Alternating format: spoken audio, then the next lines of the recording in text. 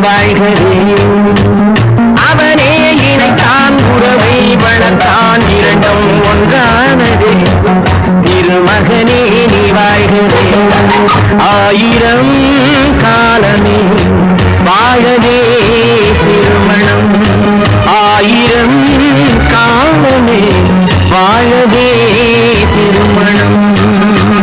கடவுள் நினைத்தான் மணநாள் கொடுத்தான் வாழ்க்கை உண்டானது. தலைமகளே நீ வாழ்கவே.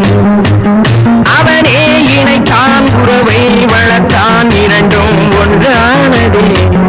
திருமகனே நீ வாழ்கவே.